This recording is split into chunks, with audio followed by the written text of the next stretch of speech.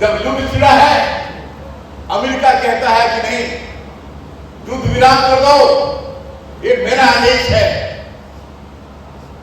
Modi America के आदेश पर युद्ध विराम को रोक दिया। क्या अमेरिका चलाएगा भारतवर्ष को? अमेरिका जो कहेगा वही काम हम करेंगे। इससे साफ जाहिर होता है इतना कमजोर प्रधानमंत्री, इतना निकम्मा प्रधानमंत्री आज तक देश में कभी नहीं हुआ।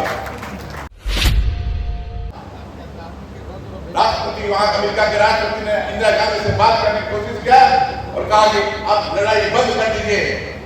इंदिरा गांधी ने साफ जवाब दिया उनको कि यह मामला हमारे देश का है, हमारे देश की सरहद का मामला है, मैं आपके कहने पर नहीं कर सकता हूं।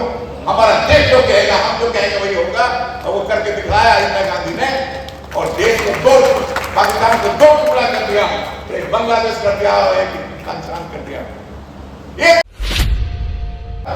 जहां पे उसके मौलिक अधिकार, उसके सम्मान, उसके अधिकार में जहां कोई आघात कहता है, वहां कांग्रेस पार्टी खड़ी होती है और आपको बंद करने के लिए कहता है। आज संविधान बचाने की बात क्यों हुई? कहीं न कहीं सरकार के काम क्रियाकलाप से, सरकार के क्रियाकलाप से ऐसा महसूस हो रहा है देश के लोगों को कि हमारा संविधान सुरक्षित नहीं रहेगा।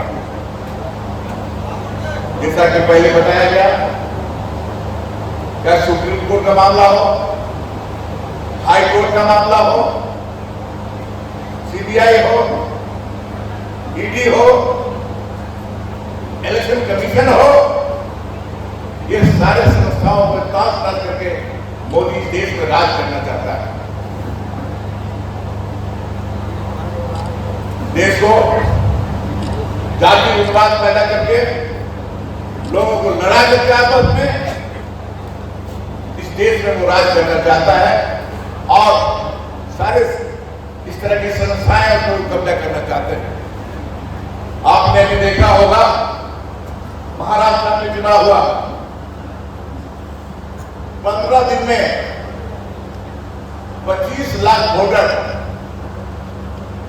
लिस्ट नाम चढ़ गया। और कहां चढ़ा?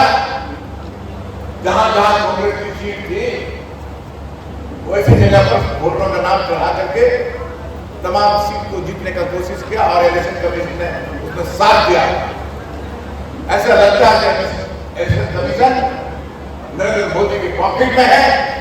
जैसे जैसे वो इस्तेमाल करते हैं वैसे वैसे इलेक्शन कमीशन काम कर रही है।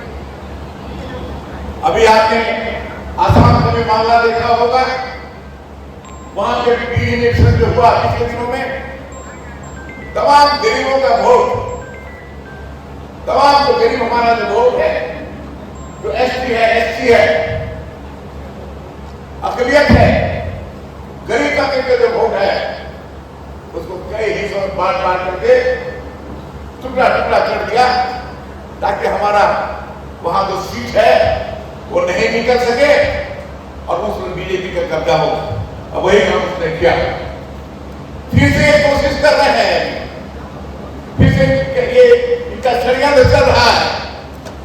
इसका हमको खिलाफ करना पड़ेगा और हम लोगों को, तमाम भाई और बहनों को मैं कहना चाहता हूं, संविधान हमारा है, संविधान देश से चलता है।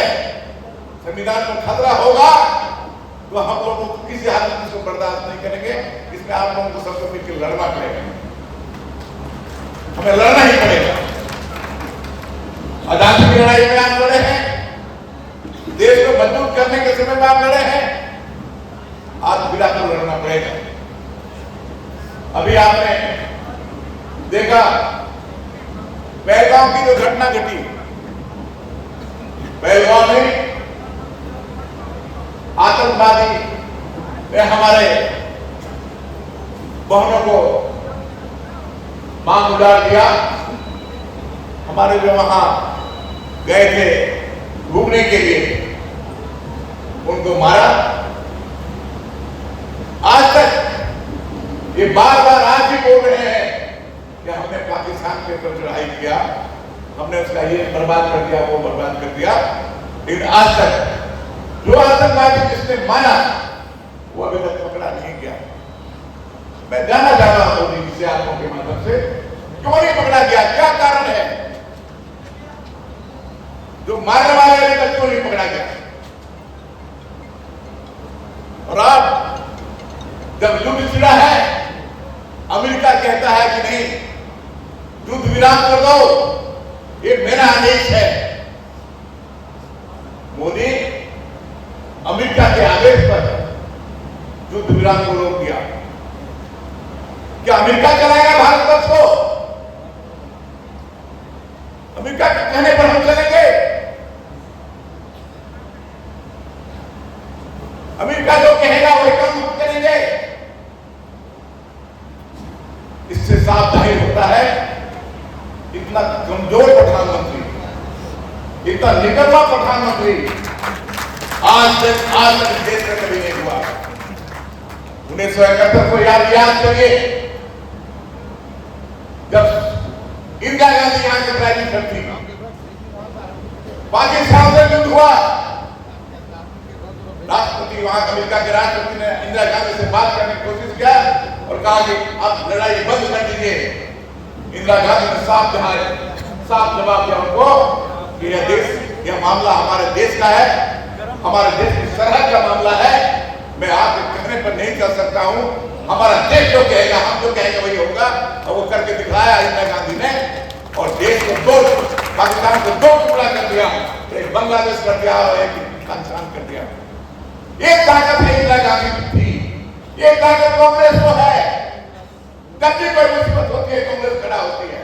आज मुसीबत में हम लोग हैं, हमारा संविधान खतरे में है, इसलिए आज राहुल गांधी ने पूरे देश में ये संविधान बचाओ अभियान चला दिया है। और संविधान को बचाना हम लोग कर्तव्य बनता करके हमारे मौलिक अधिकार पर, हमारे मौलिक अधिकार छीना जा रहा है, इसलिए हमको आगे बढ़कर इस काम को करना पड़ेगा।